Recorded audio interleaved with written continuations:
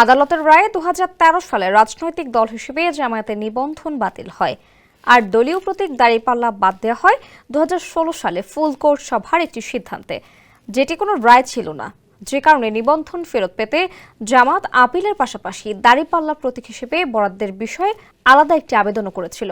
যদিও দাঁড়িপাল্লা প্রতীক নিয়ে জামাতের সংকট এই প্রথম নয়। 1986 সালে নির্বাচনের আগেও এই প্রশ্ন সামনে এসেছিল, তবে তখন সেটি আদালত পর্যন্ত করায়নি। তবে গেল 4 জুন নির্বাচন কমিশনার আবুল ফজল মোহাম্মদ সানাউল্লাহ সাংবাদিকদের জানিয়েছিলেন, সবকিছু বিবেচনা নিয়ে নির্বাচন কমিশন নীতিগতভাবে সিদ্ধান্ত নিয়েছে, জামায়াতে ইসলামীর দাঁড়িপাল্লা প্রতীক ফেরত দেওয়া হবে।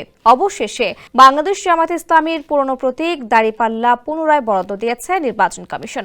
এছাড়া তাদের নিবন্ধনও পুনর্বহাল করা হয়েছে। মঙ্গলবার এক প্রজ্ঞাপনে বিষয়টি জানানো হয়েছে।